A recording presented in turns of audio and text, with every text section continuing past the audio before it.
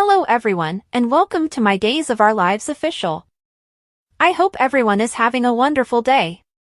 Before we begin, please hit the subscribe button and give this video a thumbs up. Chad and Kat checked into a hotel in Vancouver.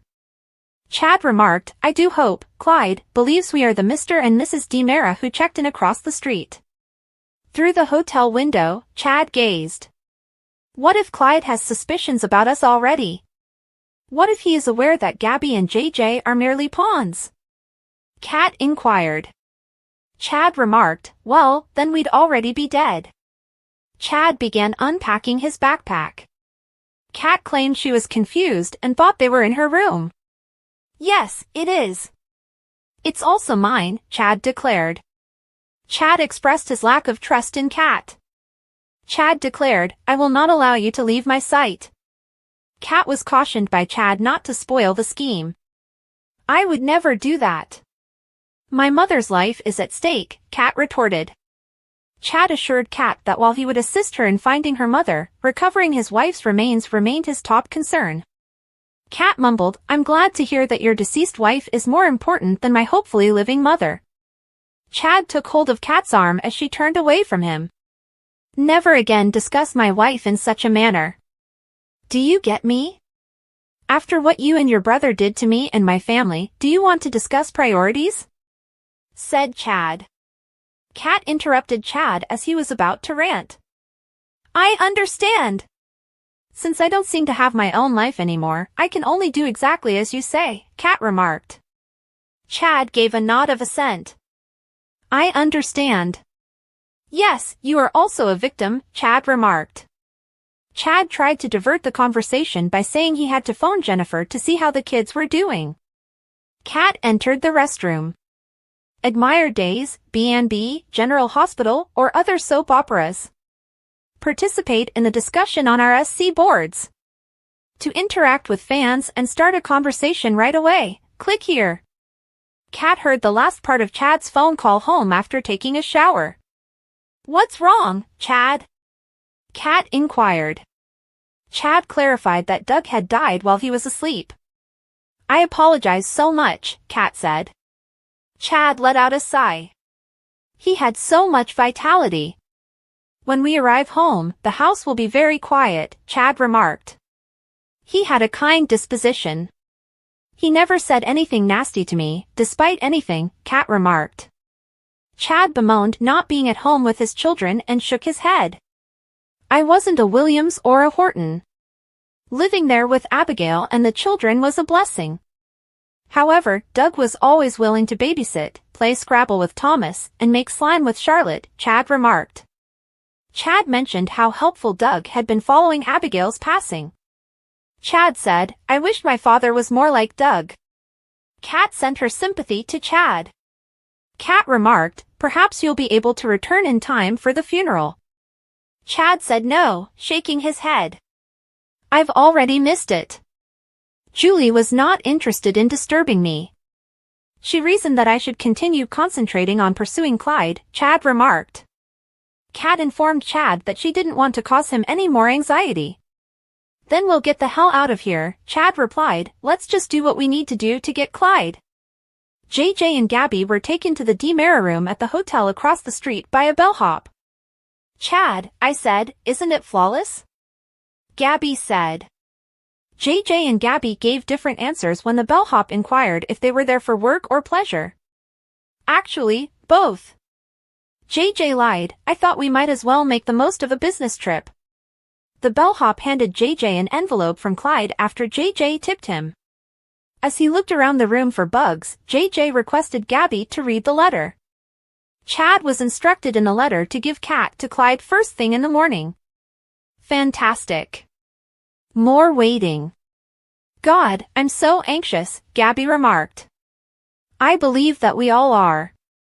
However, I can't express how grateful I am that you did this for Abigail," JJ remarked. In addition to helping the family retrieve Abigail's remains, Gabby stated that she also wanted to ensure that Clyde couldn't harm anybody else. JJ began calling Chad to inform him about the note after confirming that the room was bug-free. Jack called before JJ could dial the number. JJ explained to Gabby that his mother had called several times, but he had not answered since he did not want to dispute his plan to assist Chad with Jennifer. Perhaps you should just accept it and move on, Gabby suggested. JJ nodded and took the call. Jack informed JJ of Doug's passing. JJ informed Gabby after the call. Unfortunately, Julie. To lose someone who was as amazing as that man. We all wish we could experience a love like that between the two of them. Are you all right? Gabby inquired. JJ told Gabby in a tremulous voice that he and Doug had prepared a Christmas musical treat. At least you got to see him one last time, Gabby remarked. JJ nodded and shared with Gabby that he had discussed his failed marriage proposal to Lonnie with Doug. Doug tried to gently warn me since he realized I was jumping into something I wasn't prepared for. He was correct. As usual. I suppose that all worked out because Lonnie is now married to his grandson, JJ remarked. JJ fought back a few tears. I will truly miss him, JJ muttered. I apologize so much, Gabby said. They sat in silence until Chad called after Gabby gave JJ a hug. Both JJ and Chad attested to have heard about Doug. I apologize for our absence, Chad added. JJ choked back a cry. Me too. However, JJ stated, I know Doug would want us here, doing exactly what we're doing for Abigail. If JJ had heard from Clyde, Chad inquired. JJ discussed the note with Chad. When we do hear from him in the morning, we'll devise a strategy, Chad stated. Chad took a shower and prepared for bed in his hotel room. When Chad came out of the restroom, Kat threw him a bag of peanuts. Once more, Chad peered out the window across the street. Kat remarked, I think I'm just going to go to sleep. Kat told Chad to take the bed as she snatched up a pillow. You take the bed, I suggested that we share a room, Chad remarked. Chad wouldn't allow Kat to sleep on the floor, despite her insistence that she was all right. In addition, Chad stated, I'm going to be on lookout tonight anyhow. Chad claimed he couldn't sleep, but Kat suggested they alternate. Kat got into bed reluctantly. JJ instructed Gabby to get room service for herself across the street. I don't feel hungry. All I want to do is go to bed. Go ahead to tomorrow, JJ remarked. I have the same sentiments. I'm worn out. I don't eat either, Gabby remarked.